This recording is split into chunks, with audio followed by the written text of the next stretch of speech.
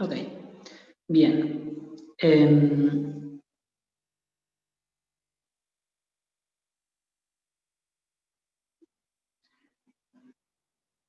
No vamos a poner recordatorio de fórmulas,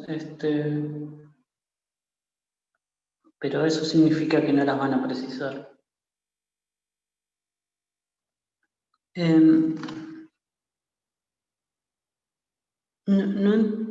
Perdón, no entendí, Maite, lo que decías del primer ejercicio.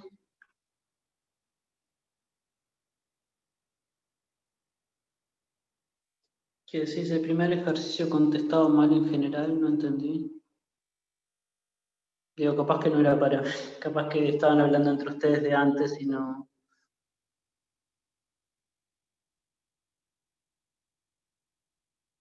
No, el primero MO.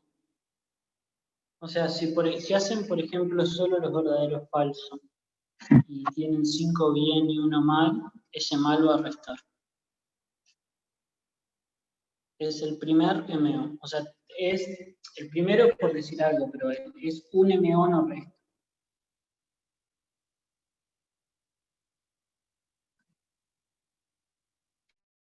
No. Sí, sí, sí, sí. No, no es el primer ejercicio, sino el primero que tengan mal ustedes.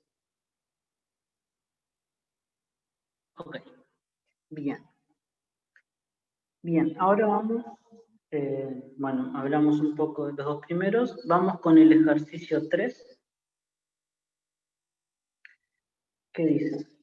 Tenemos la función seno de x, entonces para todo epsilon mayor que 0 existe un n tal que f de un medio, o sea, seno de un medio, menos el polinomio de Taylor de n en 0, en un medio, es menor que epsilon. Bien.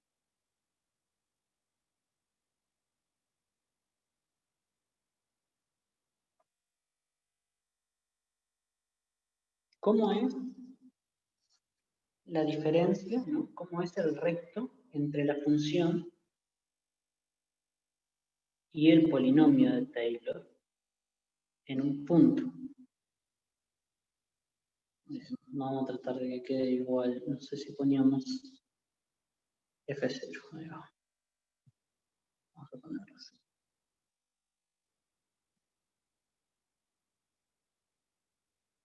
Bueno, si recuerdan, el resto de esto es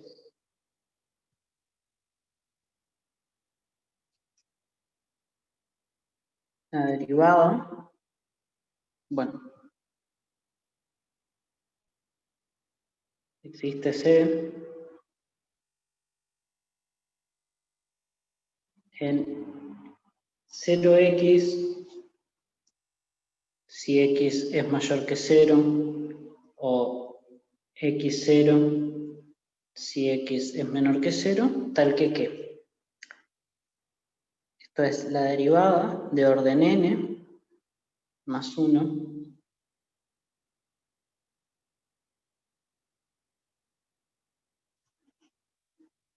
en C por...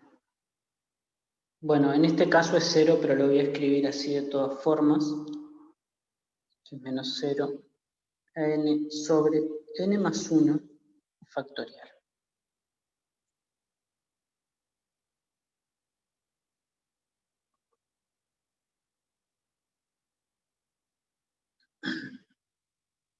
¿Sí? Esa es la fórmula del resto de Taylor. En caso de que la función sea n más 1 veces derivable, por supuesto.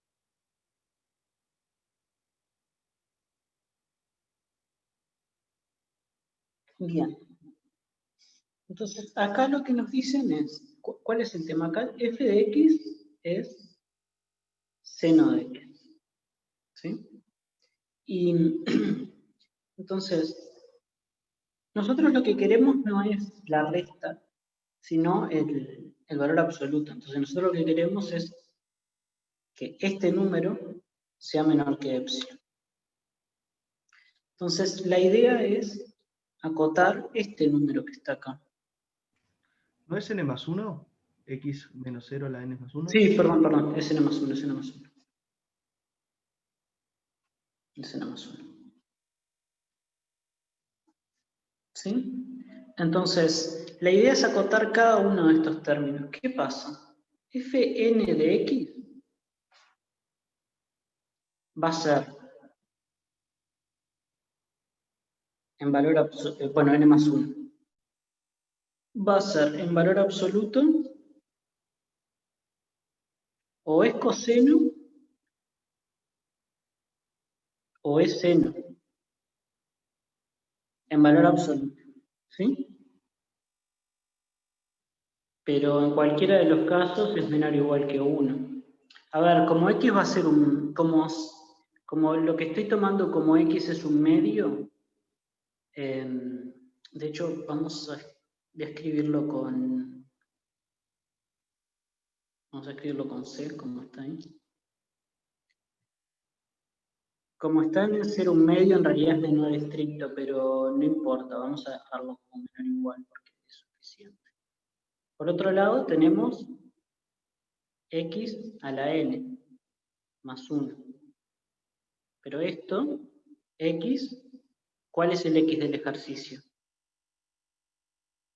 El x del ejercicio, lo que va a estar acá, es un medio. O sea que en realidad tengo un medio a la n más 1. ¿Sí? Y por último, 1 sobre n más 1 factorial, bueno, es 1 sobre n más 1 factorial. Pero entonces, lo que tengo acá, resumiendo, borrar esto, es que f de un medio menos el polinomio de Taylor de n de f, polinomio en cero, evaluado en un medio, es menor o igual que, esto es menor o igual que 1, lo dejo, esto es como un medio, bueno, no precisa valor absoluto, ya sabemos, a la n más 1 por 1 sobre n más 1 factorial. Entonces, con eso ya está. Dado epsilon mayor que 0, existe un n tal que esto es menor.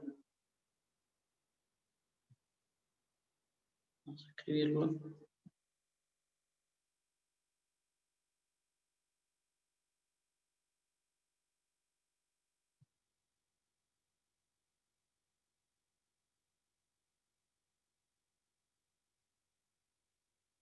Sí, esto lo pueden probar de muchas maneras. Pueden ver que, por ejemplo, poner esto como 1 y ver que lo otro, que el ínfimo de 1 sobre 2 a la n es 0. O al revés, o poner esto como 1 y ver que el ínfimo de lo otro es 0. Sí, hay muchas maneras de resolver esta parte. Pero está. Les menciono algo. Este resultado, o sea, acá lo probamos y probamos que andaba, pero no es que sea cierto siempre y las cuentas puedan ser más o menos difíciles. Voy a mencionar un ejemplo, no lo voy a probar, pero voy a mencionar un ejemplo. Por ejemplo, si vos tomas esta función,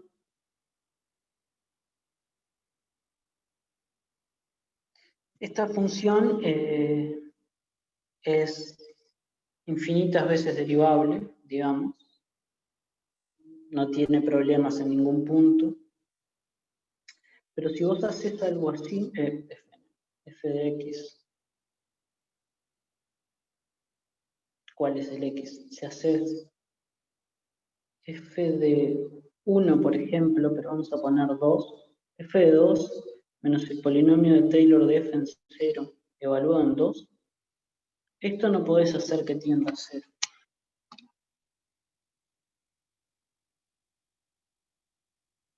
¿Sí? O sea, lo que decimos siempre, Taylor sirve bien cerca del punto. Nosotros lo que hacemos más bien, o sea, las veces que aplicamos Taylor, lo que decimos es, fijamos esto y hacemos que esto tienda a 0. Acá estamos planteándolo al revés, digamos. Fijamos un punto y hacemos el n tender a infinito, más allá de que no hay sucesiones, pero se entiende. Pero eso no siempre tiene por qué andar, ¿tá? Pero en este caso andaba. De todas formas, acá lo importante, más allá de todo, es que recuerden la fórmula del resto, ¿sí? Que la función no es el polinomio y que en caso de querer controlar, bueno, a veces se puede, a veces no, pero por lo menos tenemos una fórmula para tratar de ir acotando. Bien, ¿preguntas de este ejercicio?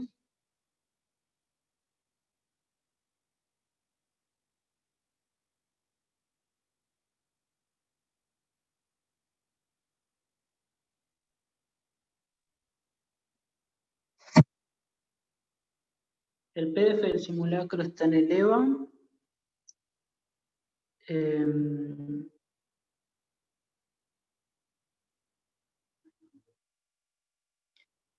El primer MO, como me dijeron, es falso, porque valor absoluto no, como ya se mencionó.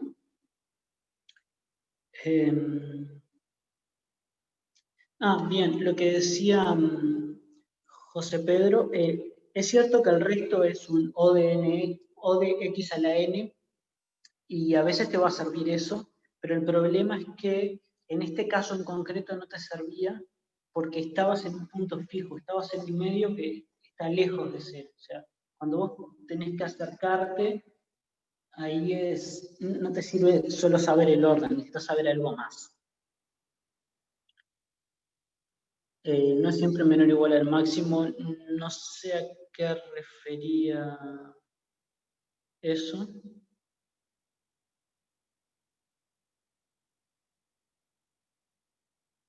No, no justifiqué porque no sirve en el ejemplo que di después. No. Capaz que lo ven en cálculo 2 eso. Lo mencioné como, no es que siempre se pueda hacer, pero las cuentas son más difíciles a veces, sino que a veces no, ¿sí? Pero no justifiqué por qué. Pero, profe, yo acabo de hacerlo en GeoGebra y funciona lo más bien. ¿Cuál? El que usted dio, el 1 sobre 1 más x cuadrado. Yo te diría que esa serie diverge.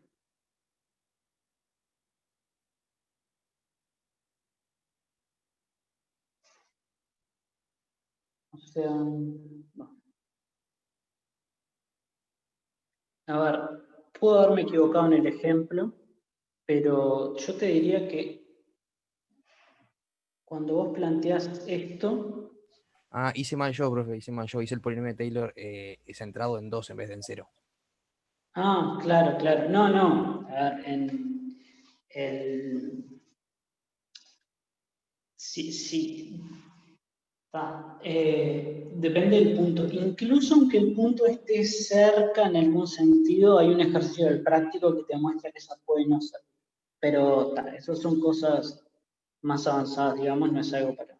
Es solo para decirlo, no es que es cierto siempre.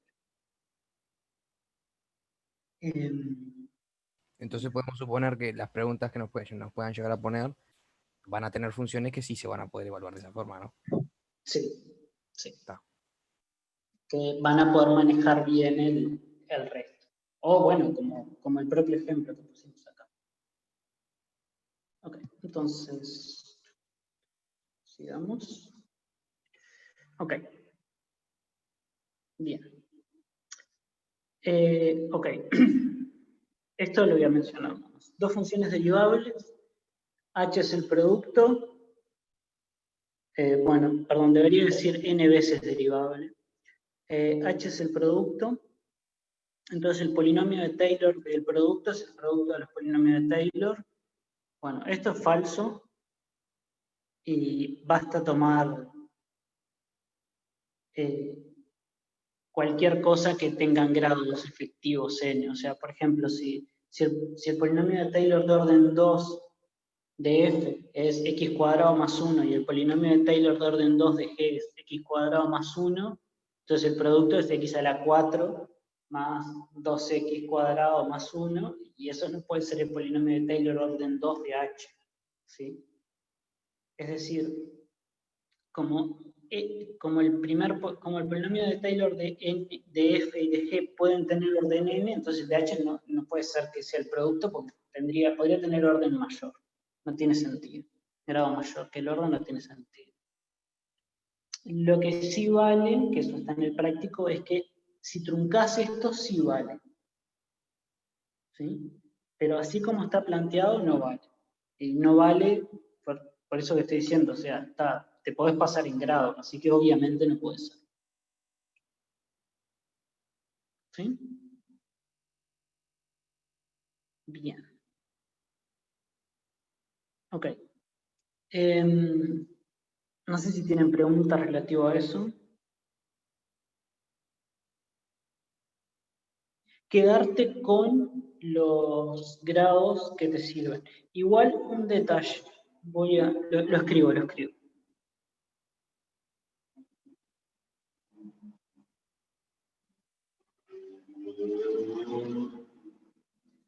Vos tenés f y g, de R en R, n veces derivables,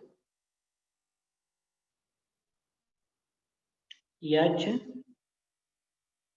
de R en R, definida como el producto.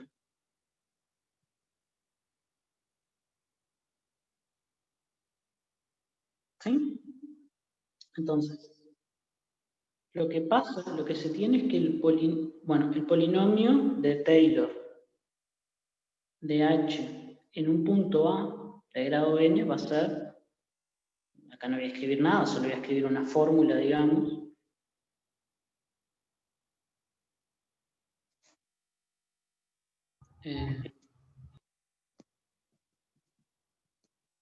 ¿Está? Simplemente lo escribo como un polinomio. ¿Sí? Y por otro lado tenés el polinomio de g en A,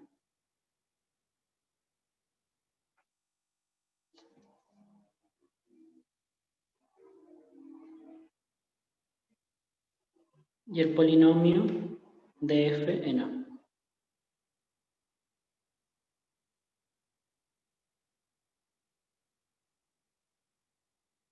Entonces, lo primero que decía es, este polinomio puede tener grado n, y este polinomio podría tener grado n. ¿No? Digo podría porque capaz que el b a la n es 0, pero digamos que no. Entonces, cuando haces el producto de estos dos, el grado puede pasar el n. Entonces, no va a tener por qué ser igual. ¿Sí? Pero, lo que sí se tiene es lo siguiente. Ojo que se tiene que escribir así el polinomio, no sirve si pones solo x a la k. ¿Sí? Tiene que estar visto en el punto en el que estás trabajando.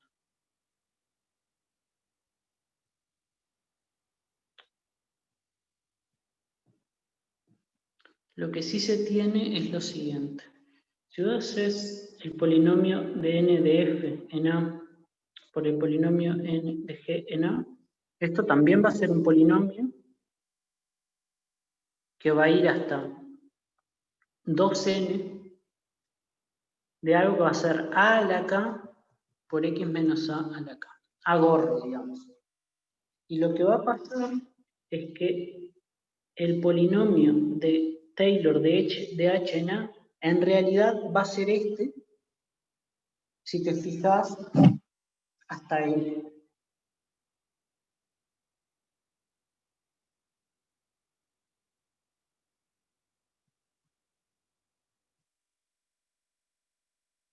O sea, es casi como que el polinomio de Taylor es el polinomio, pero hay que tener cuidado y partir donde ya no te sirve.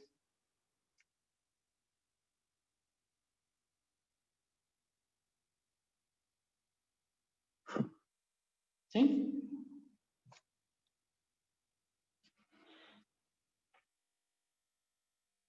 Entonces, pero si pones todo, como posiblemente tengas términos de orden mayor a n, no te va a servir. Y lo otro importante es que no es truncar el polinomio en grado, sino en esta expresión. Si yo hubiera escrito el polinomio como alfa a la k por x a la k, eso no me hubiera servido.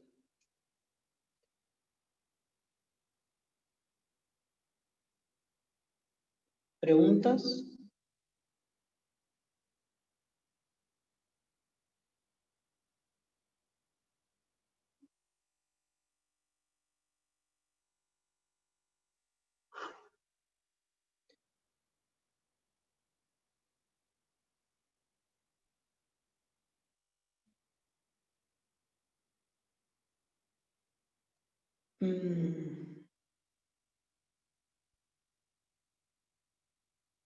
Sí, a ver, es como quedarse con los términos de orden menor o igual a n, pero tiene que estar escrito en esa base, es decir, en x menos a.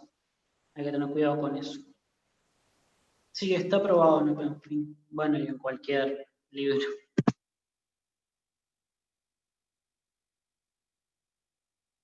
Bien. Ok. Bien. Sean f y g dos funciones derivables, tal que la derivada es igual para todo x en R, entonces las funciones son iguales. Bueno, esto es lo de siempre. Si dos funciones tienen la misma derivada, entonces difieren en una constante. Eso se puede ver de muchas maneras. Una manera es restar las funciones, ¿no? Hacer f menos g. Eso te queda que es una función derivable y que la derivada es 0 en todo punto. Y si una función tiene derivada 0 en todo punto, entonces es constante. Y la manera de probar eso es valor medio. Se puede probar de otra forma, pero la manera más fácil es valor medio. Supones que hay dos puntos donde la resta no es igual y aplicas valor medio ahí. Y te quedaría un punto donde la derivada no es 0. La derivada de la resta. Así que igual, más allá de la prueba, es saber dos funciones que difieren en una constante. Perdón, dos funciones que tienen igual derivada difieren en una constante. Bien. Y el ejercicio 6 del verdadero o falso.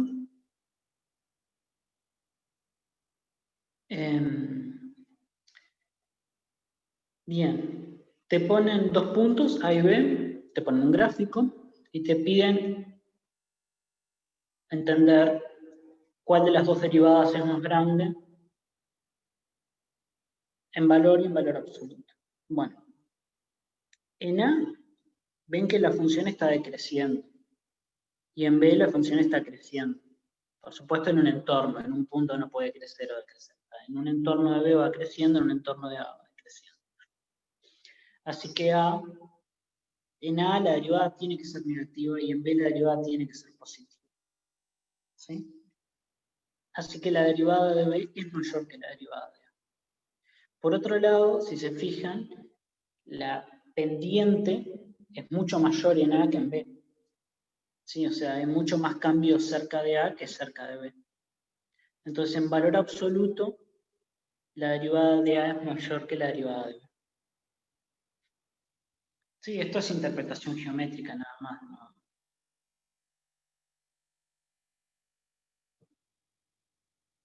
Bueno, y saber que la derivada asocia el crecimiento y que la derivada se asocia a la pendiente de la recta tangente. Entonces, con eso, básicamente, está.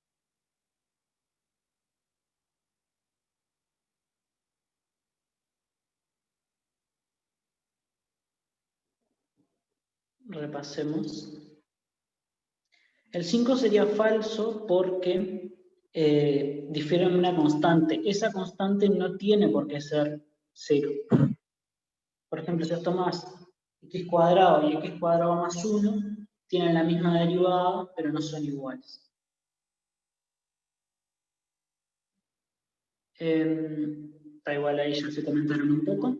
El 1, sí, lo que mencioné es que una función que sea continua si es el único verdadero o falso. Que una función que sea continua no tiene por qué ser derivable, y tenemos el ejemplo de valor absoluto, que hay que correrlo porque decía en 1 y no en 0, pero es ese ejemplo, básicamente.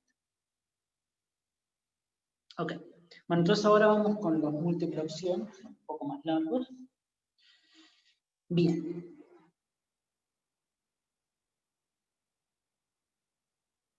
Bueno, ahora vamos despacio.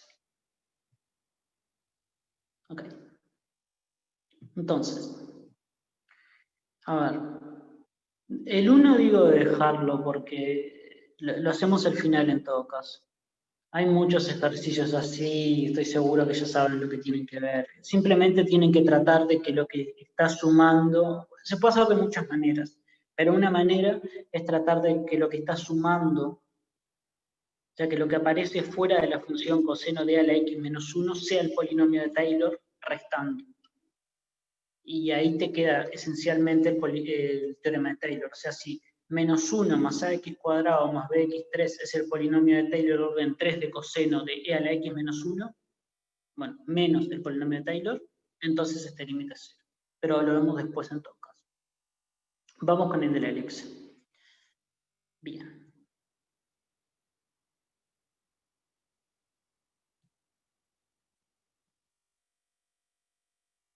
Bueno, acá aparece un primer problema, que es entender cuál es el objeto y tratar de pasarlo a una ecuación efectivamente. El dibujo me quedó horrible, pero bueno. Entonces, tenemos una elipse que tiene eje mayor de largo 4 y eje menor de largo 2. Pero eso quiere decir que, digamos, si lo pensáramos si fuera un círculo, por ejemplo, el eje mayor o el eje menor son diámetros. Entonces, en realidad, este punto que está acá no es 4, 0, sino 2, 0. Y este punto que está acá no es 0,2, sino 0,1. ¿Sí? Entonces, tenemos que esta es la elipse que queremos estudiar. ¿Sí? Entonces, bien, ¿cuál es la ecuación de esta elipse? La ecuación de esta elipse es, bueno, a ver, una ecuación de una elipse se puede escribir de muchas maneras, pero lo voy a escribir de una forma en específico. ¿No? Es x cuadrado por algo más y cuadrado por algo igual a algo. Entonces, para que me quede más sencillo, digamos, voy a poner acá un 4. Entonces, cuando y es 0, x tiene que ser 2. 2 al cuadrado es 4. Cuando x es 0, y tiene que ser 1. Bien. Esta es una forma de representar la elipse. Si lo tienen pensado de otra forma, lo pueden escribir, no pasa nada. ¿Sí? Esta es la elipse. Y ahora nos dan un triángulo que tiene que ser así. Un triángulo cuya base es paralela al eje X y que es simétrico respecto al eje Y. Entonces, ¿cuál es el área del triángulo? El área es base. La base, si se fijan, si llamo a esto X, si este es X, es base, que es 2X.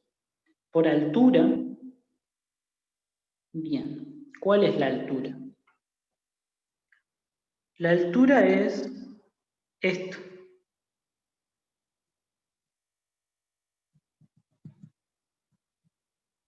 Entonces, si se fijan, la altura mide 1 hasta el eje y después mide un, bueno, menos i, digamos, pensando que es negativo. No sé si prefieren que yo acá ponga i y lo piense para abajo o no. Creo que va a ser más claro para ustedes si pongo i y lo pienso para abajo. ¿Sí? Puedo decir que es h, bueno, z.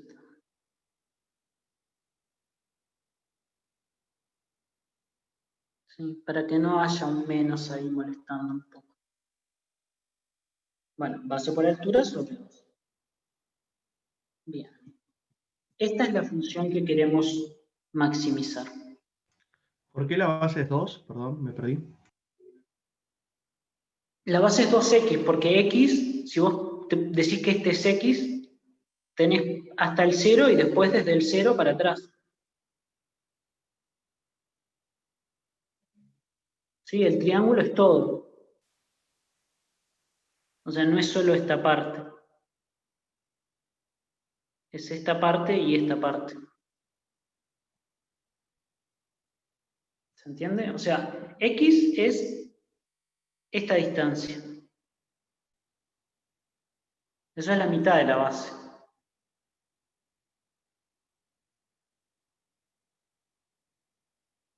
¿Sí? O sea, si este punto que está acá es x menos y, digamos, entonces la base es llegar x a 0, te cuesta x, y después te cuesta otro x más, así que es 2x la base. La altura es llegar desde menos y a 0, es decir, y llegar desde 0 a 1, es decir, 1. Así que esto es la base, y esto es la altura.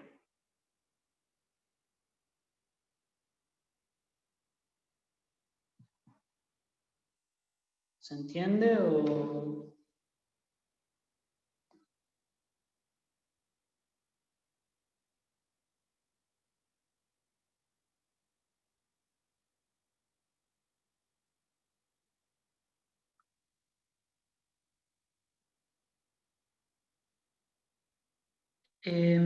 A ver, lo que dice Francisco, depende cómo escribas. Lo que decís vos creo que hace referencia a que si yo pongo algo por x cuadrado más algo por y cuadrado igual a 1. O sea, si vos dividís todo esto entre 4, efectivamente te queda x cuadrado sobre 4 más y cuadrado igual a 1. Pero es una elección elegir eso así o de otra forma. ¿Sí? Simplemente es multiplicar toda la ecuación por 4.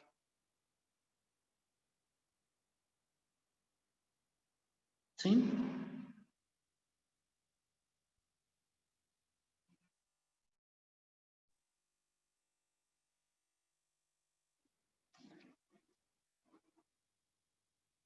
Bien. ¿Se entendió cómo llegamos a la ecuación del área o tienen alguna pregunta?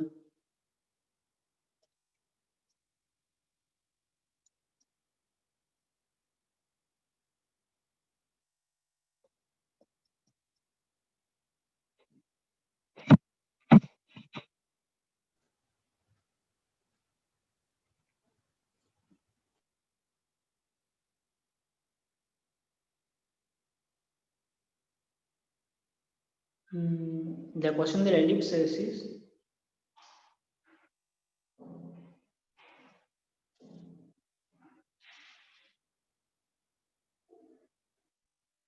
O sea, puse 4 solo... A ver, vamos de vuelta con la ecuación de la elipse. Una elipse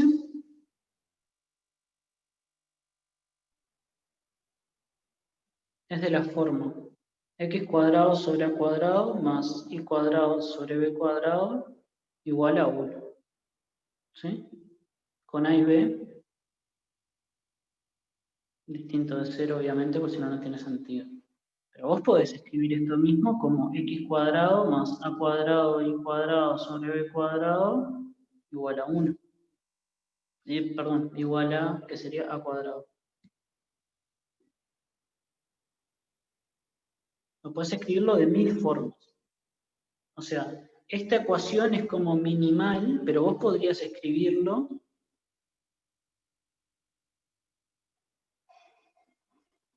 como x cuadrado sobre a cuadrado más y cuadrado sobre b cuadrado igual a c cuadrado. O igual a 1 sobre c cuadrado, si quieres, para que quede más explícito. con A, B y C distinto de 0. El tema es que cuando lo escribís así, no hay una única representación, porque efectivamente vos multiplicás esto por cualquier número positivo y te queda otra manera de representar la elipse. A y B Pero no tenés por qué. A y B siempre serían los usar- diámetros o los radios. ¿Mm? A y B serían los diámetros o los radios. A y B son los radios. Si usás esta ecuación, A y B son los radios. ¿No lo dije bien? Sí. Sí. Entonces, si usás esta ecuación, efectivamente tenés que dividir entre 4, entonces te queda x sobre 4, x cuadrado sobre 4. O sea que A es 2, o sea que el radio es 2. Y te queda sobre 1, o sea que el radio es 1, y después es 1.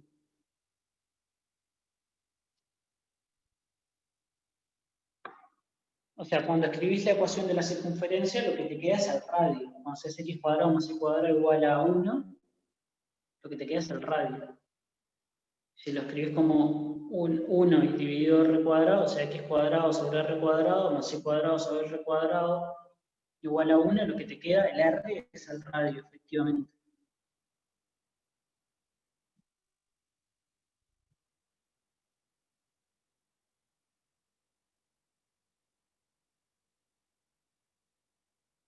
A ver, puede parecerles artificial la ecuación que puse, pero lo que hice fue escribir una elipse cualquiera y busqué 2 puntos. Sí, por supuesto que usé los puntos que me daban. O sea, a ver, hay otro detalle más que en el dibujo puede perderse un poco, pero la elipse en realidad no tenía por qué estar centrada en 0 y no tenía por qué ser como los ejes, digamos, o sea, con la dirección de los ejes. Eso lo elegí yo, pero eso siempre lo van a elegir para que les quede más fácil para hacer las cuentas. Los puntos que ya me daban era efectivamente que desde el centro de la elipse hasta uno de los, bueno, el eje mayor, el semieje mayor, uno de los semiejes mayores era 2 y uno de los semiejes menores era 1. Por eso, si se fijan en el dibujo, lo que marqué fue el 2 y el 2, 0. Voy a marcarlo con otro color.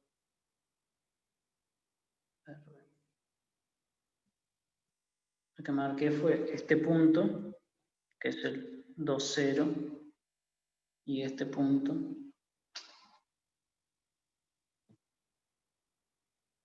que es el 0, 1.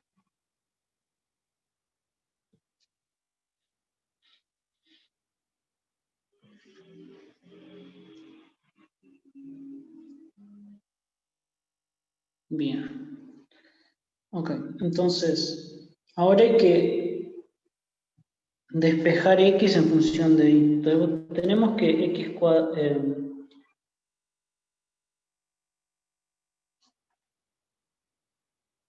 voy a despejar x en función de y, simplemente paso restando.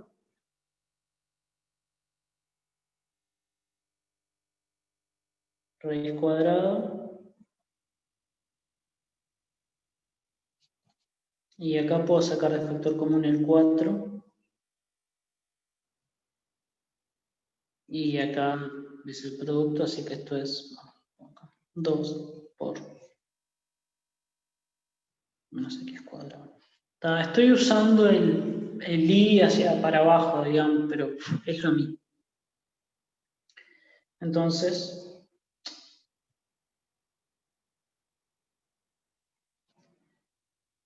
la función que quiero, resumen, la función que quiero optimizar es 1 más i por, no habíamos dicho que era x por 1 más i. Entonces, x que es 2 raíz cuadrada de 1 menos x cuadrado. Esta es la función que hay que utilizar. ¿En dónde? Bueno, y lo que estoy diciendo es cuánto bajé. Entonces, y va a variar, lo mínimo que puedo valer y es 0, que sería hacer el triángulo con base en el propio eje, y lo máximo que puede valer es 1, que si bien no tiene sentido, bueno, podría llegar a valer 1. ¿Sí? No tiene sentido porque me quedaría un triángulo degenerado que sería solo un segmento, por eso. Ok.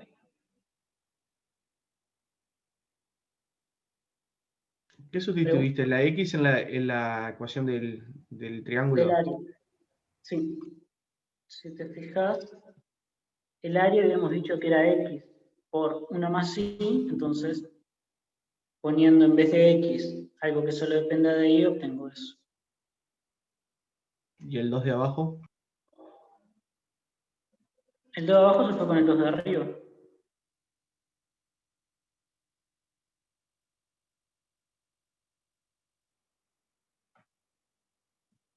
O sea, no era X por Y el área del triángulo, era 2X por 1 más Y sobre 2. El 2 se fue con el 2, quedó X por 1 más Y. Y después el otro 2 sale de la fórmula de X, no de la anterior.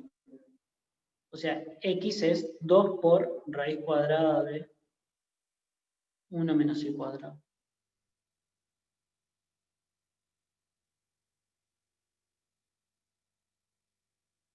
¿Preguntas de la fórmula?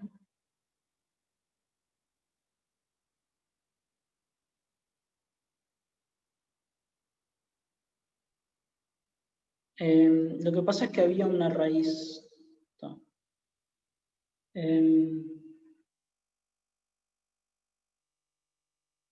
Ok.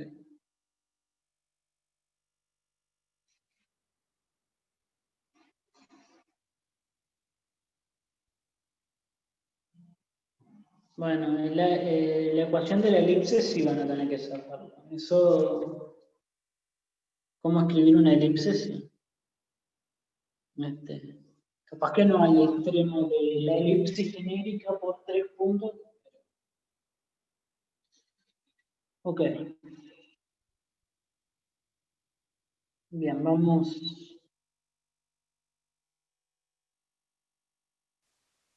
a optimizar esto entonces. Entonces, acá, obvio, extremos, derivada. Entonces, la derivada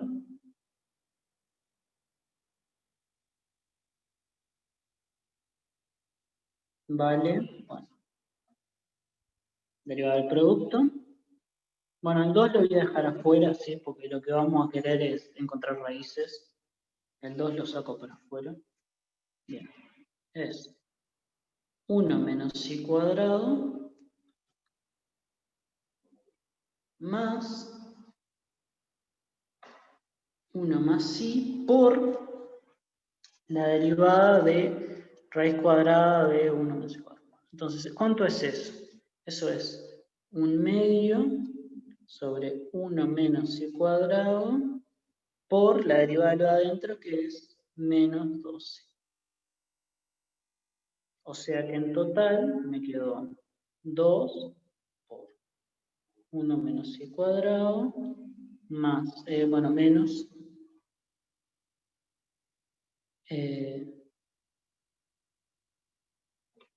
Y cuadrado menos Y sobre 1 menos Y cuadrado.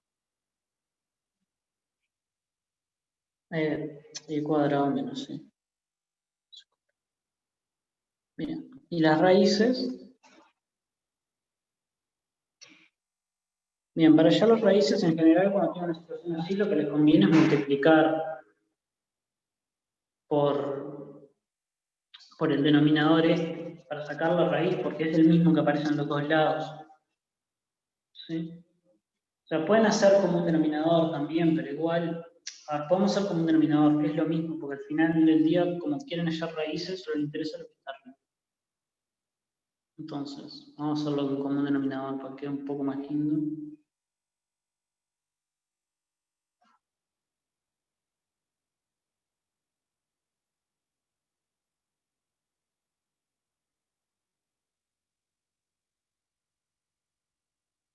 Bien, ¿qué polinomio me quedó arriba?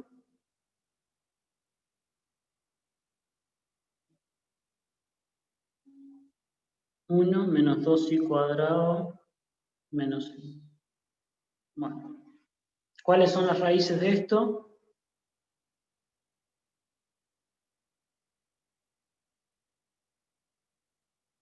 ¿Tiene raíces? Sí, tiene raíces. Tiene dos raíces.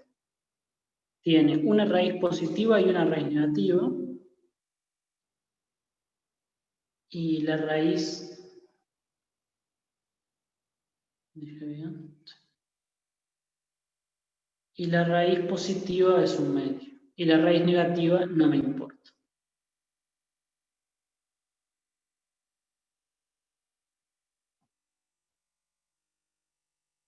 No me importa porque dijimos que el intervalo que íbamos a estudiar era el 0,1. Bien. ¿Y cuál es el signo?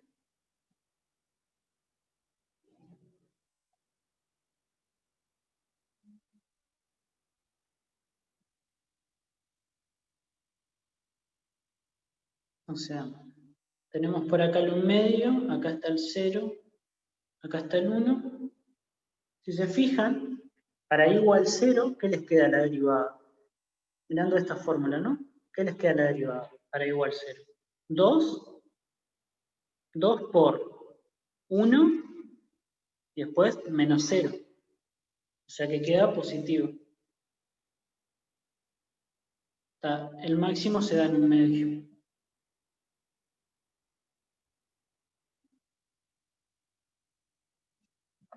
Así que la mayor área posible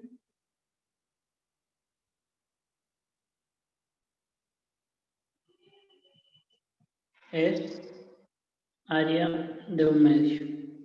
¿Y cuánto vale?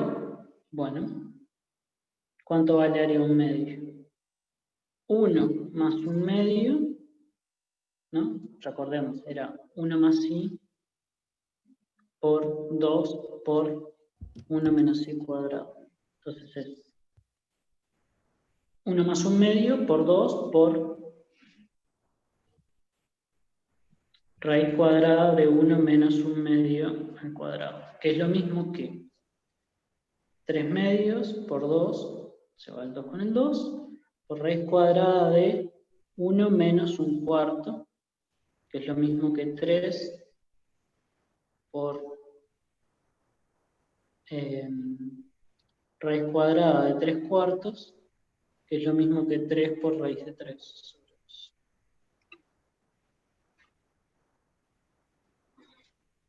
Y con eso ya está.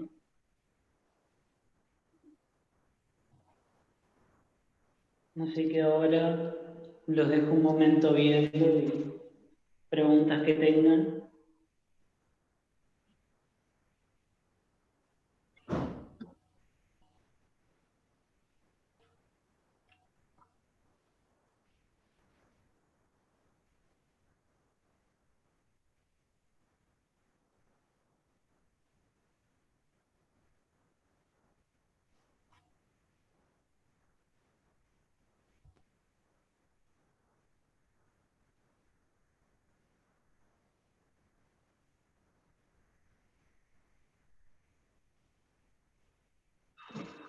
No.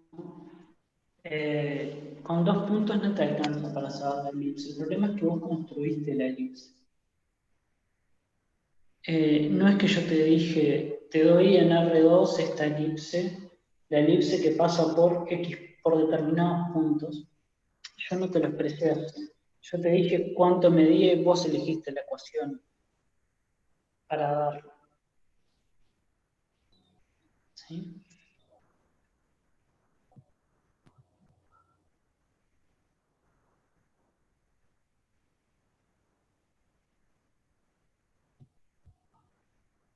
Pero piénsenlo así, es como si yo le digo el círculo de centro 0 y radio 3.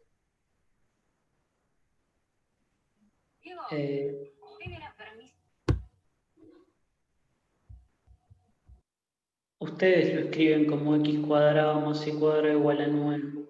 No es que sabiendo un punto ya sepan cuál es el círculo.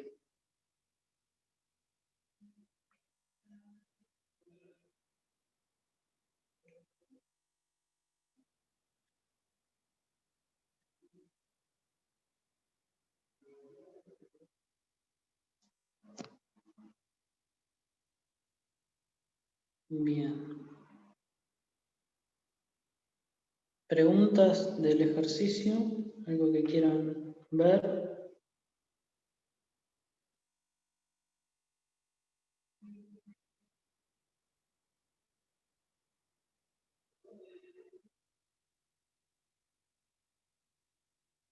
Bien, denme un segundo.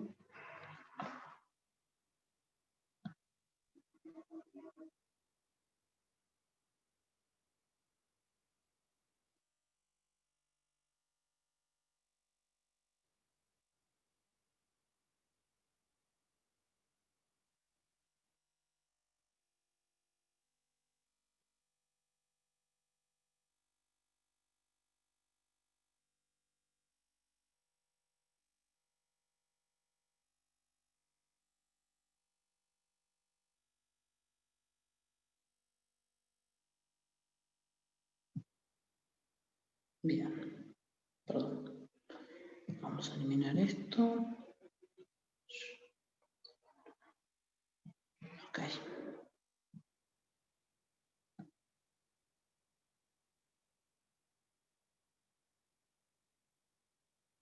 Bien.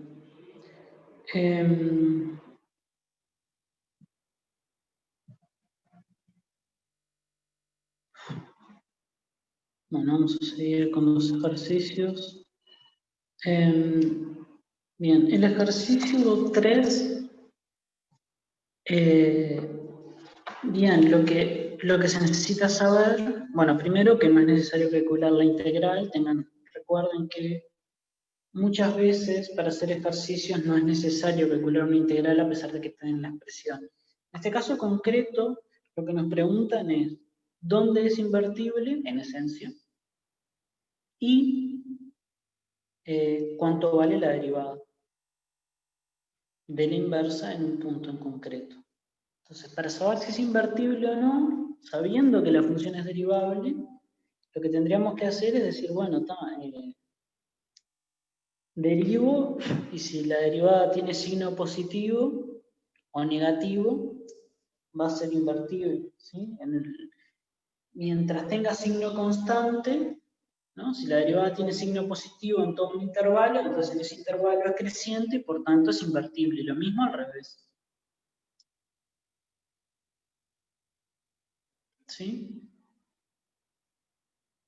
A ver, de vuelta eso, ¿cómo fue? Lo que digo es, para saber si es invertible o no, si una función es derivable, que esta lo es, lo sabemos porque tenemos fundamental del cálculo, si la derivada es positiva en un intervalo, va a ser invertible en ese intervalo, porque la función ahí va a ser estrictamente creciente. Y si es negativo, va a ser invertible porque ahí la función es estrictamente decreciente. ¿Sí? Entonces, estudiar el signo de la derivada nos permite empezar a entender dónde es invertible y dónde no. Puede haber problemas cuando la derivada es cero, ¿sí? Porque si recuerdan, por ejemplo, x a la 3, la derivada siempre es positiva, salvo en cero. Sin embargo, la función es invertible en todo R, ¿sí? Entonces, cuando la derivada es cero hay que tener un poco de cuidado, pero si la derivada no es cero, entonces, si siempre es positiva va a ser creciente, si siempre es negativa va a ser decreciente. Y por tanto, estrictamente y por tanto invertible. Entonces tenemos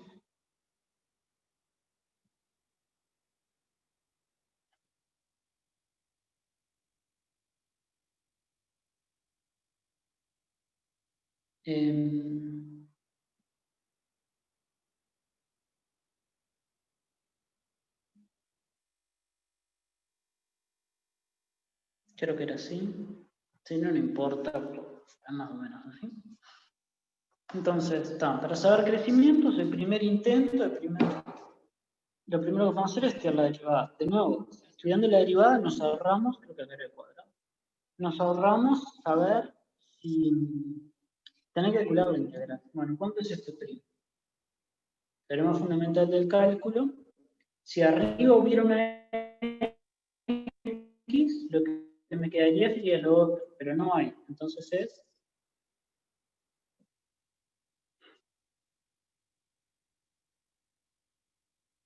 La derivada de lo de arriba por...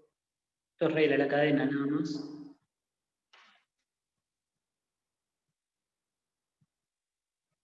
Esto. ¿Sí?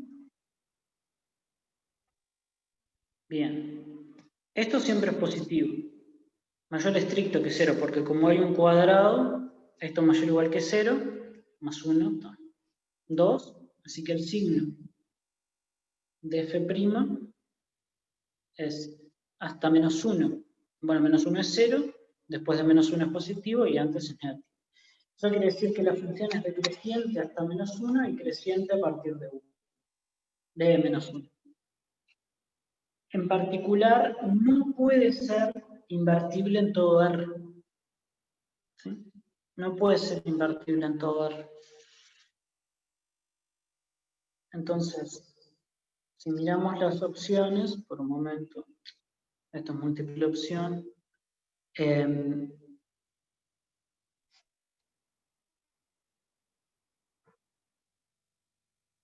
había solo dos opciones que no decían que era invertible en todo R, el resto decía que era invertible en todo R, eso no puede ser la opción B porque no es invertible en todo R. Bien.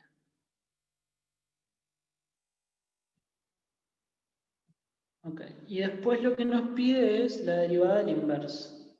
Bueno, preguntas hasta acá.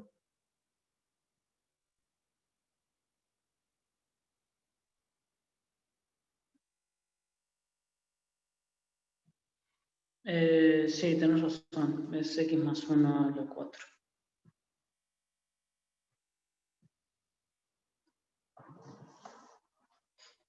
¿Cómo derivaste ese f grande?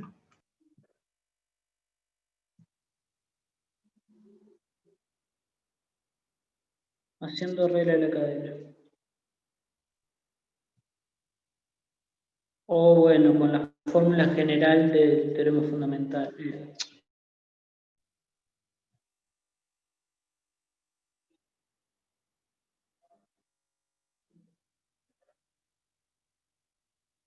El teorema fundamental me dice que la derivada de esto es coseno cuadrado de pi x cuadrado más 1. Y la función f, bueno, y si tenemos el polinomio x más 1 al cuadrado, la función f de x es h con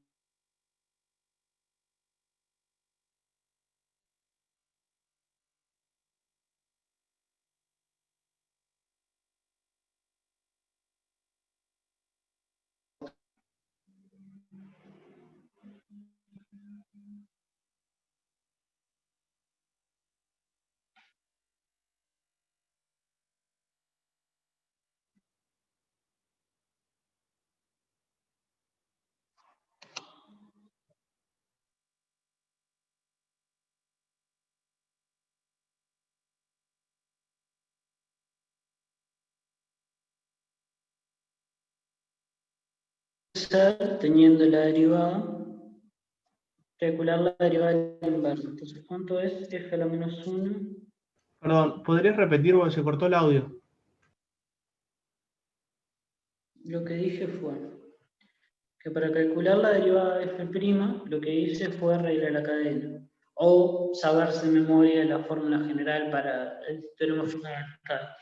Pero si solo tenemos el teorema fundamental en la formulación más básica, f de x es lo mismo que h de x compuesto con p de x, donde h de x tiene la formulación del teorema fundamental, por tanto la derivada es coseno cuadrado de pi x cuadrado más 1, y p de x es lo que está arriba, es x más 1 al cuadrado. Entonces f de x es h compuesto p de x, y para derivar f es lo mismo que hacer regla de la cadena. Es decir, es la derivada de p por la derivada de h en p de x.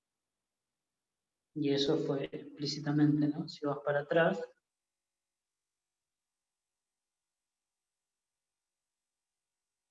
esto es p' de x y esto es h' en p de x.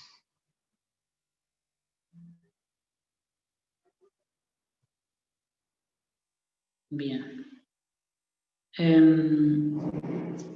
Entonces, lo que hay que hacer ahora es la derivada de la inversa en un punto en concreto. Entonces nos dice cuánto es f a la menos 1 prima en 0. Entonces, por muchas formas, unas reglas de la cadena, pero si se acuerdan la fórmula está bien. La derivada de la inversa es 1 sobre la derivada de la función que tenemos, f a la menos 1 de 0.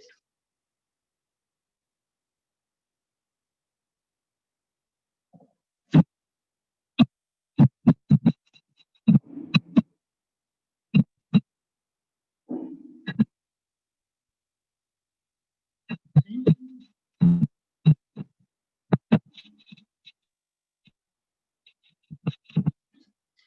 Entonces, acá lo que necesitamos, f' lo tenemos, lo que necesitamos saber es cuánto es f a la menos 1 de 0. ¿Cuánto es f a la menos 1 de 0? ¿Qué es f a la menos 1 de 0? Recordemos que f a la menos 1 de 0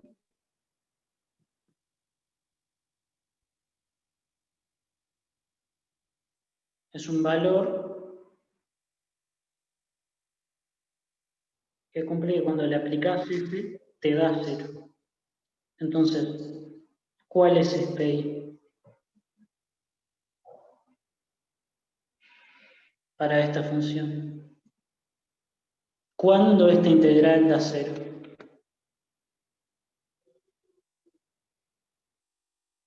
En 1, ¿no? En 1.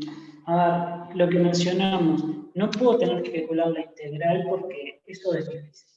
Digo, en un ejemplo capaz que sí, pero en este caso, si aparte de la sugerencia me decía que no lo calcule, algo básico es tratar de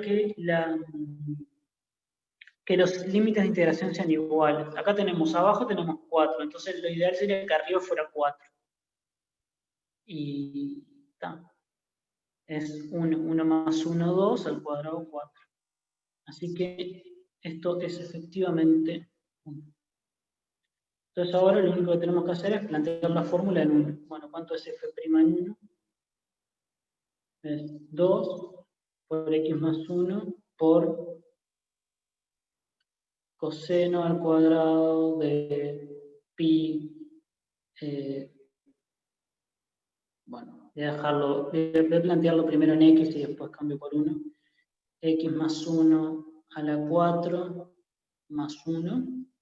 Entonces, con x igual 1, esto es 2. Esto es pi, un múltiplo entero de pi, así que coseno es más o menos 1, así que al cuadrado es 1, así que esto es 1, así que esto es 2. 2 por 2 por 2, 8. Así que era 1/8 la inversa.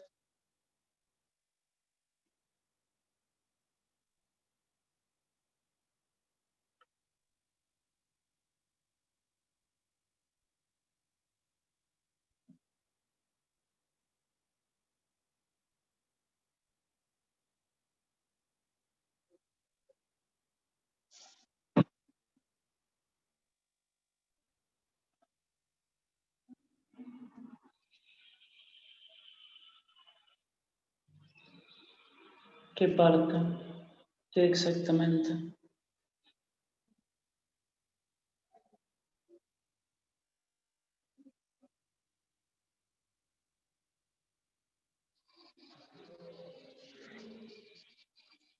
¿Qué exactamente no se entendió?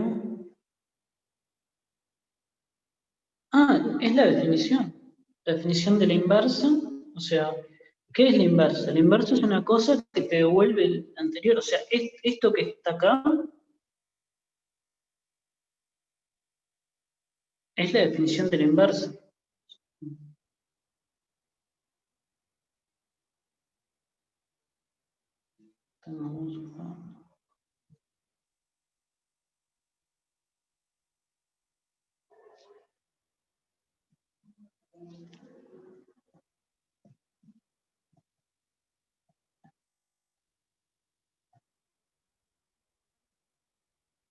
vamos a poner un poco genéricos, no sé, IJ.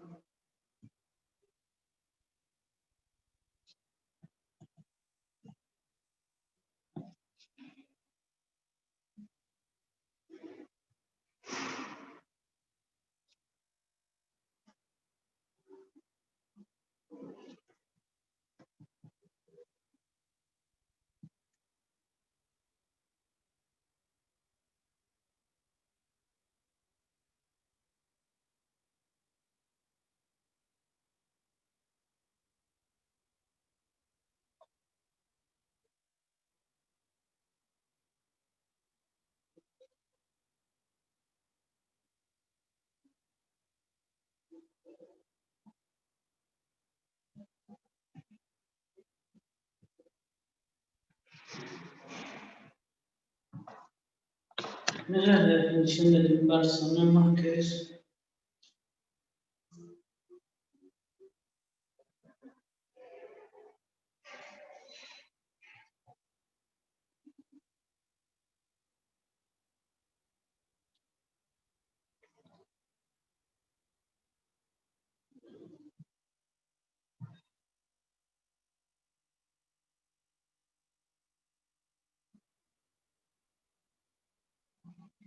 No sé, quien la grabe dirá.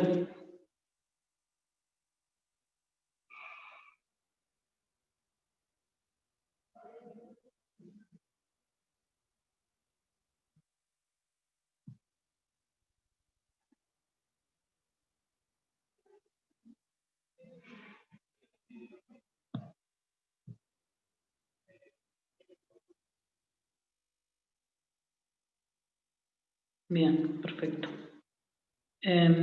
Ok. ¿Preguntas de este ejercicio?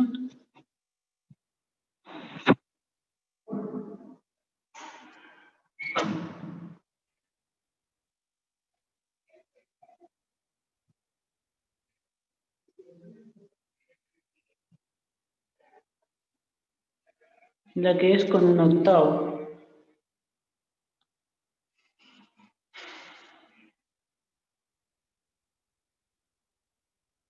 Bien.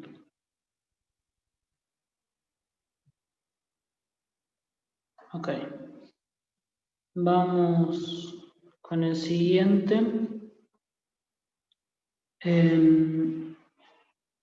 Bien.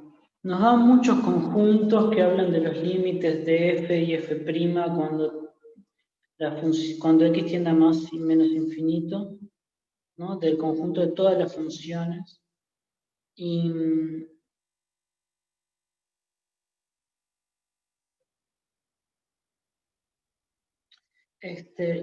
la idea es ver qué me dice el límite de la derivada en infinito respecto a la función y qué me dice el límite de la función respecto a la derivada en infinito.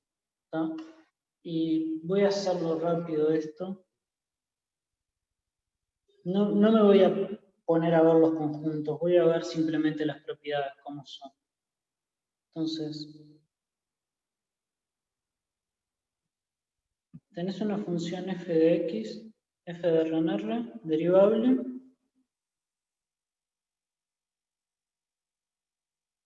Y el límite, cuando x tiende a más infinito, de f de x, de f' de x es más infinito. Bien, ¿qué quiere decir esto?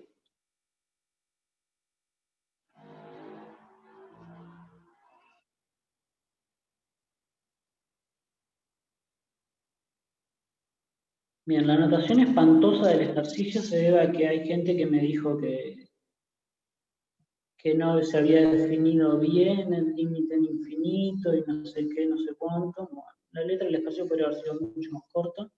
¿Qué pasa con este límite?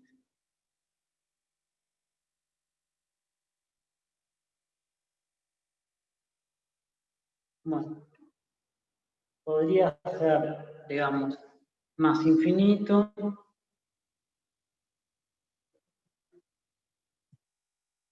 un número a en R, menos infinito, no existir. Excluyo el no existir, es distinto de más infinito y menos infinito. Por eso decía que la reacción es espantosa. Entonces, ¿qué pasa? ¿Cuáles de estas opciones se pueden dar para esta función? Entonces, podemos pensar primero un ejemplo que la derivada tiende infinito en infinito. Entonces, ejemplos.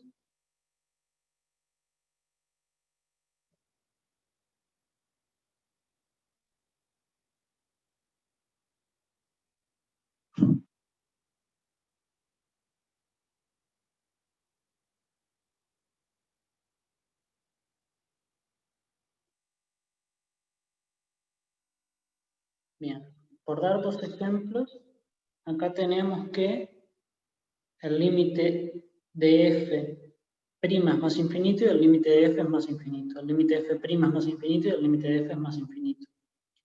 Así que esta opción se puede dar. La pregunta es si alguna de las otras se puede dar.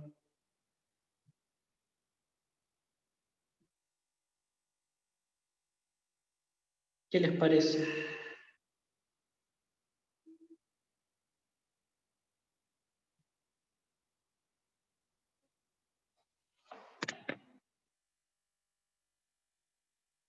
Pensemos por un momento, ¿puede ser menos infinito?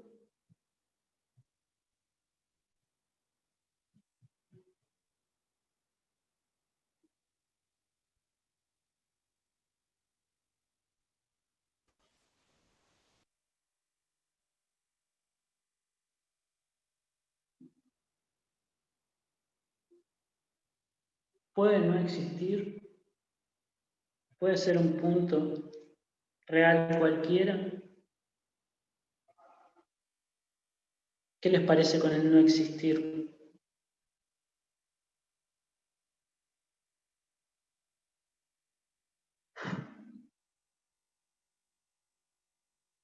¿O con el menos infinito?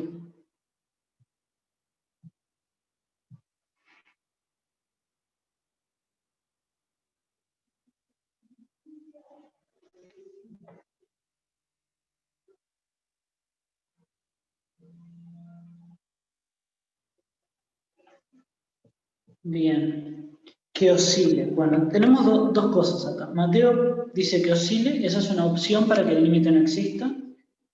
Perfecto. Y Maite dice menos e a la menos x. Bien, menos e a la menos x tiene límite más infinito, pero la derivada tiende a 0. Así que ese no me sirve. No es un ejemplo. Pero vamos al que oscila. ¿Qué significa que oscila?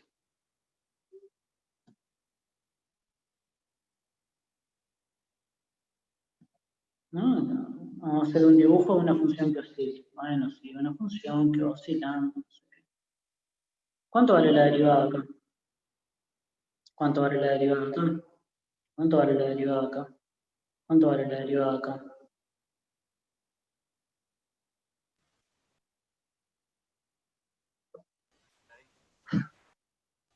Un número negativo, profe. Un número negativo. Entonces, en realidad,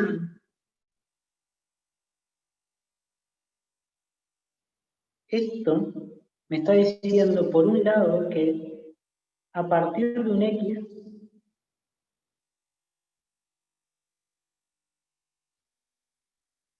f es estrictamente creciente.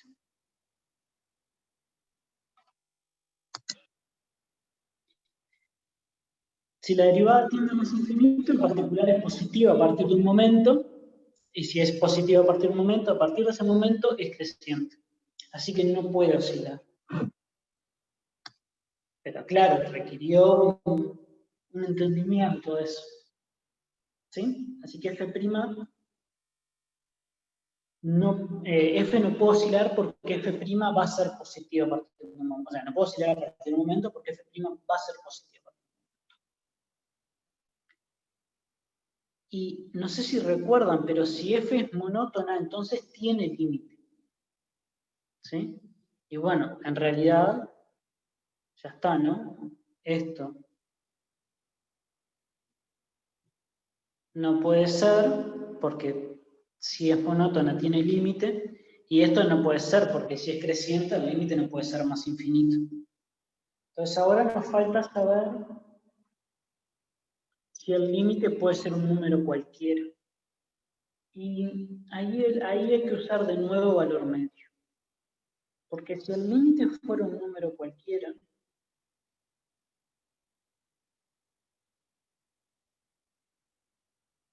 ¿no?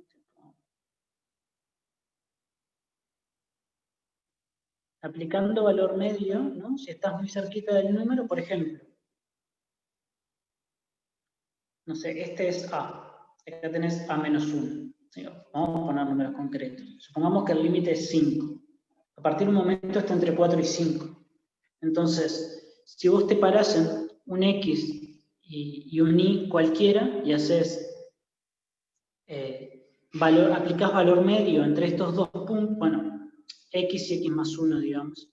Si aplicás valor medio en este intervalo, lo que va a pasar es que f de x más 1 menos f de x sobre x más 1 menos x, esto va a ser menor en valor absoluto. Bueno, no parece valor absoluto. Esto siempre va a ser menor o igual que 1, por cómo es el dibujo. Pero esto es la derivada en algún punto intermedio. Y por tanto, la derivada tiene que ser menor que 1 en algún punto. Entonces, no puede ser finito.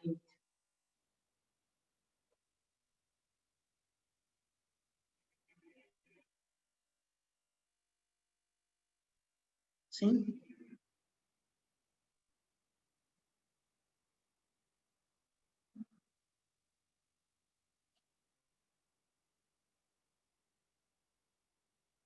Bueno, x menos 1 de x, la derivada no tiene límite, pero además, bueno, está, sí, x menos 1 de x, la derivada no tiene límite. Sí.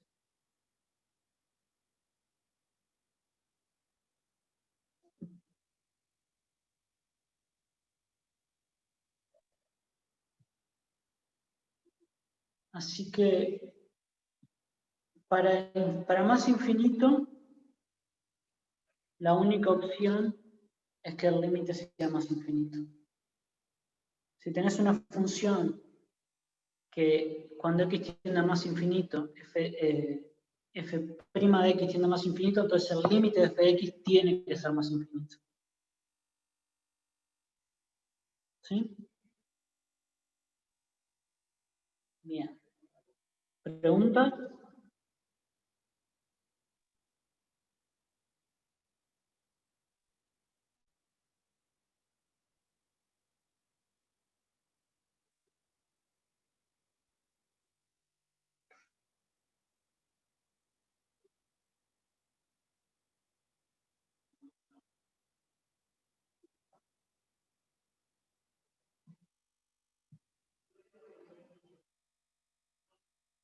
Bueno.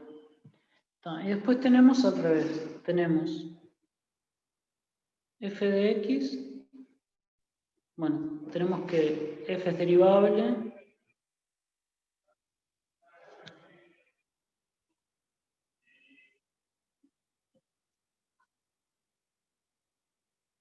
Y que el límite, cuando x tiende a menos infinito de f de x, es más infinito. Esto es hipótesis. La pregunta es el límite cuando x tiende a menos infinito de f' de x. Y de vuelta, las opciones son más infinito, menos infinito, una constante no existe.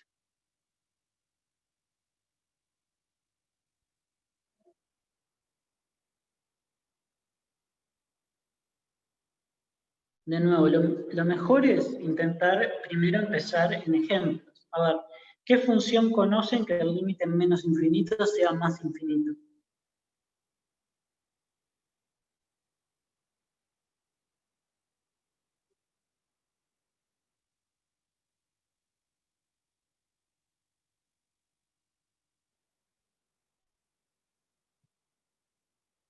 x cuadrado menos x perfecto. Esos dos ejemplos ya me gustan. Entonces, x cuadrado, f' de x es 2x. Y al límite cuando x tiende a menos infinito, es menos infinito. Así que esto puede pasar.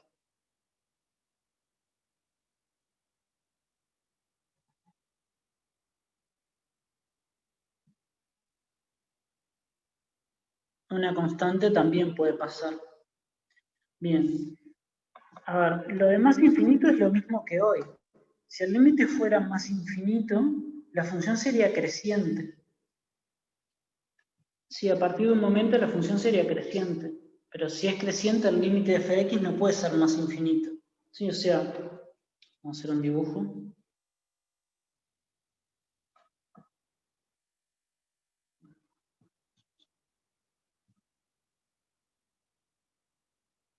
No, tenés acá.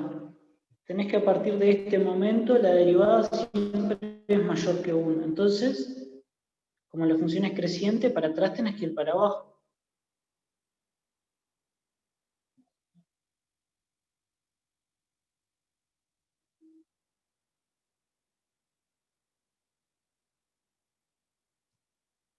¿Sí? Entonces, a partir de un momento, te parás en un punto, la función es creciente, para atrás vas para abajo, no puede ser más infinito el límite. Entonces, este está prohibido.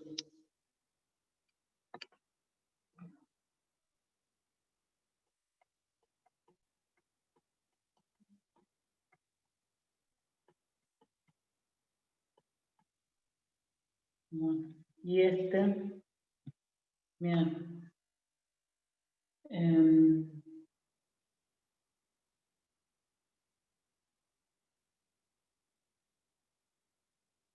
Este es un poco más complicado de visualizar, pero con lo que habían dicho hoy, pero hoy ya mostraron el ejemplo.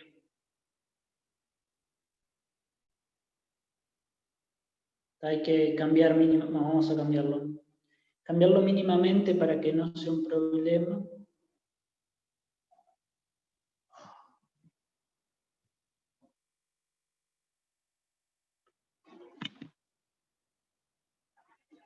Esa función en menos infinito tiende a más infinito y la derivada no tiene límite, como ya mencioné. Porque f' de hecho es menos 2 más coseno de x. Así que esto también puede pasar. Esta era la parte más complicada. Saber que eso puede llegar a pasar.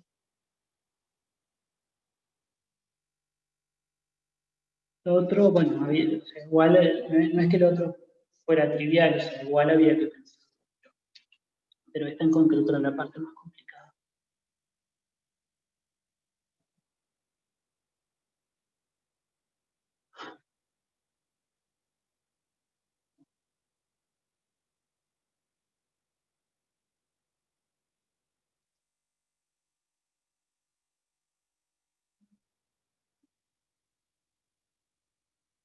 Francisco, no sé si te referís a la primera parte. La primera parte que no puede no existir el límite venía dado porque la función tenía que ser estrictamente creciente. Y si una función es monótona, entonces tiene límite.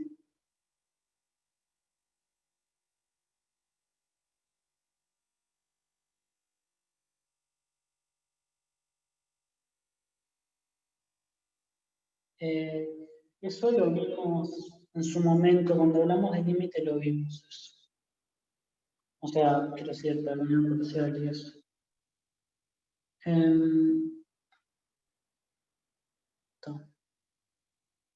Bueno, vamos a hacer el último. A ver, el ejercicio 5 es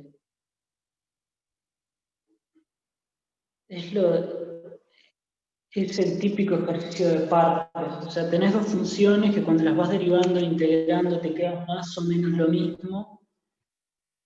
¿Sí? Entonces haces partes varias veces hasta o que te quede algo que puedas resolver o que te quede lo mismo que te quedó, que tenías al principio, entonces pasás restando y ahí obtenés el valor que necesitas. Entonces voy a hacer el último que es un poco más complicado. Después si hay... Bueno, lo que dijimos fue el límite en más infinito de f tiene que ser más infinito. Así que a está en B1. ¿Sí? Toda función de a está en B1. Entonces no puede pasar que haya una función de f que esté en a y no en B1. O sea que la opción a no puede ser, la opción d no puede ser. De los que están en B1, del BS y el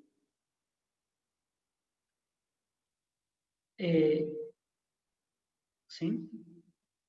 Bueno, el C tampoco, porque dice que existe una función que no está en B1.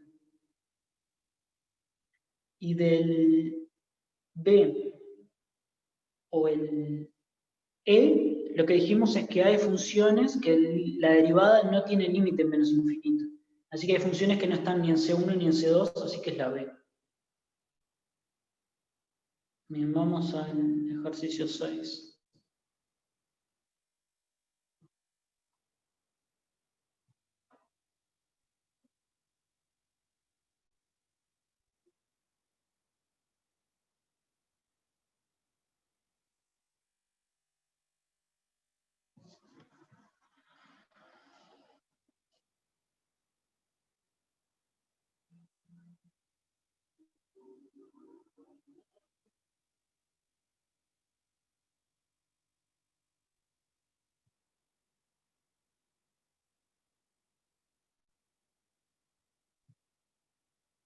Bien. Acá, no sé, ¿qué se les ocurre hacer acá?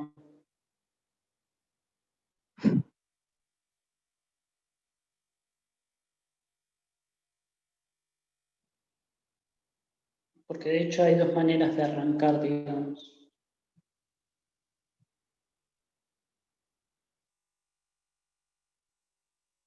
Perfecto.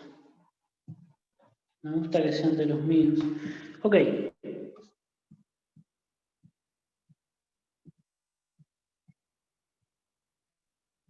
Partes. Ok.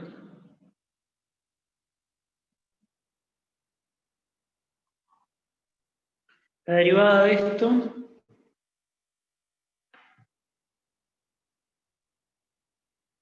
¿cuánto es? La derivada de, de raíz de x, que es un medio, bueno, vamos a poner medio sobre raíz de x, por la derivada de arcotangente, que es 1 sobre 1 más x cuadrado, pero en este caso el x es raíz de x, ¿no?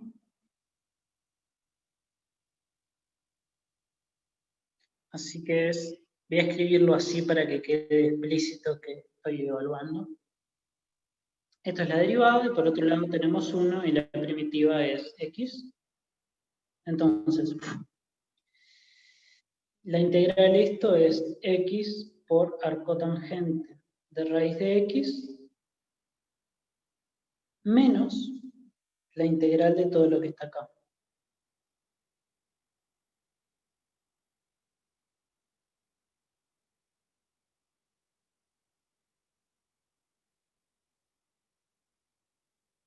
Ahora sí saqué el raíz de x de ahí. Ok. ¿Y ahora qué hacemos?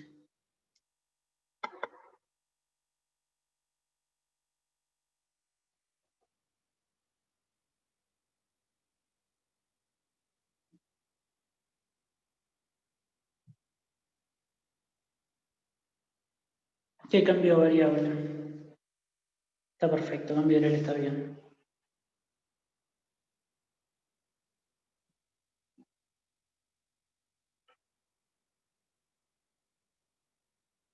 Bien.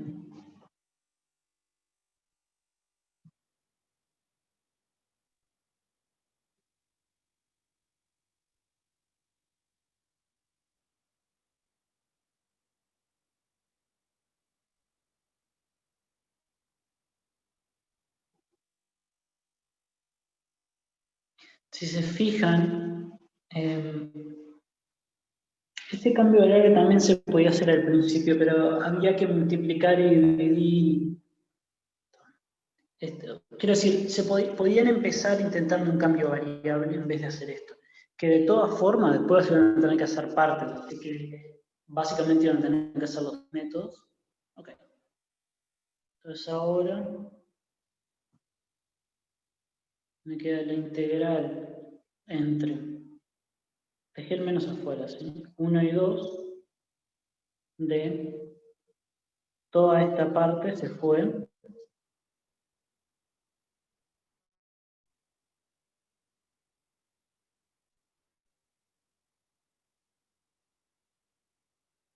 u cuadrado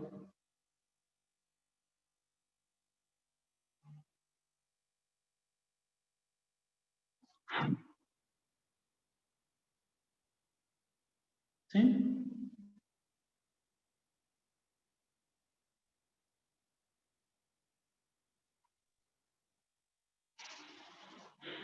Bien, de U.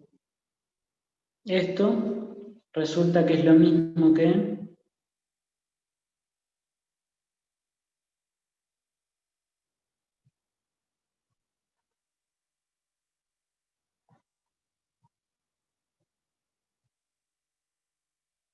bien.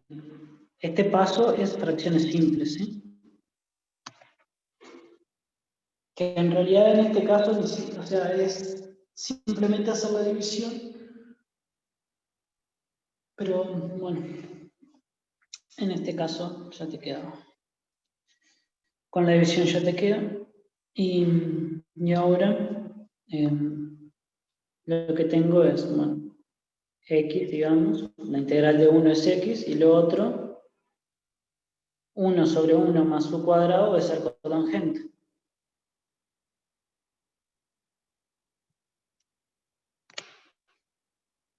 Bueno, x no, u. Está. Y ya está. Así que, sustituyendo eso arriba, si se fijan que teníamos,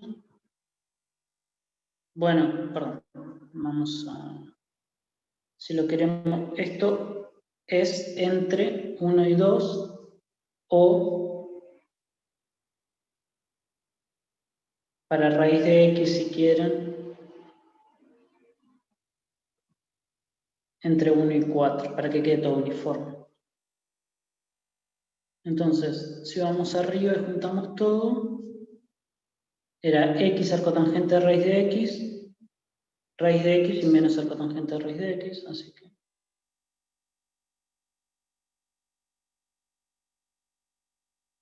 No, raíz de x era, ¿no? El primero.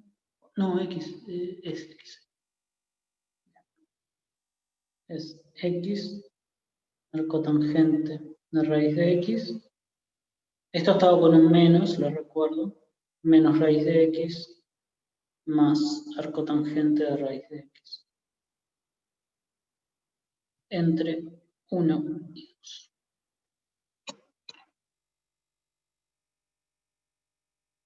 Y con esto ya está.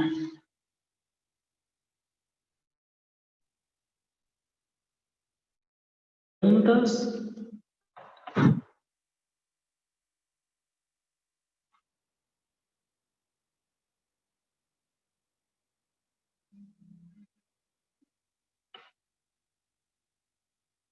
¿Cuánto estamos haciendo? 33.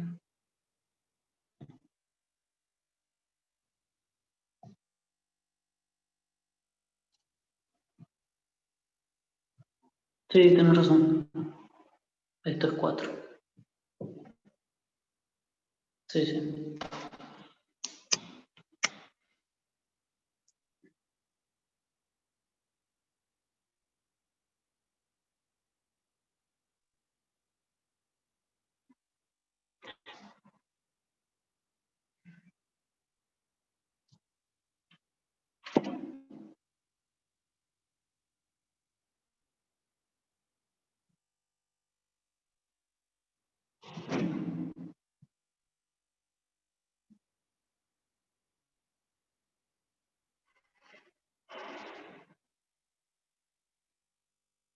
Bien.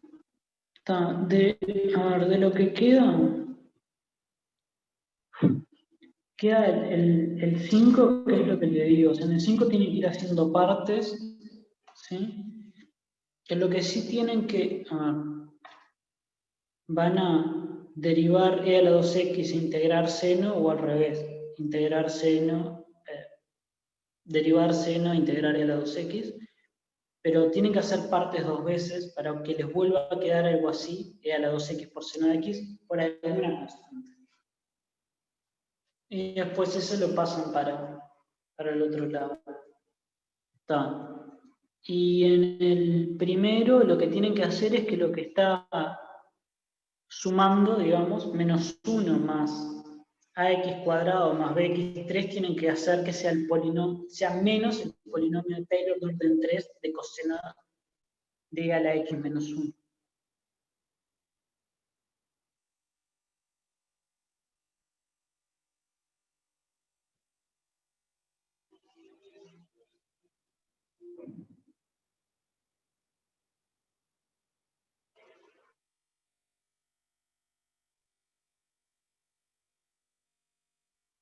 Me parece que sí, que era la, no me acuerdo bien, pero me parece que era la.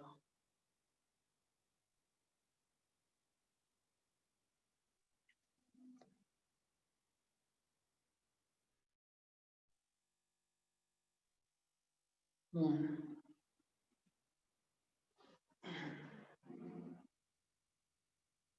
Bueno, muy bien. Está.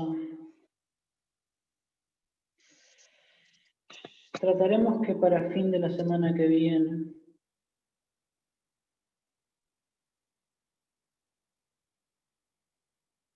Bueno, muy bien. Nos vemos.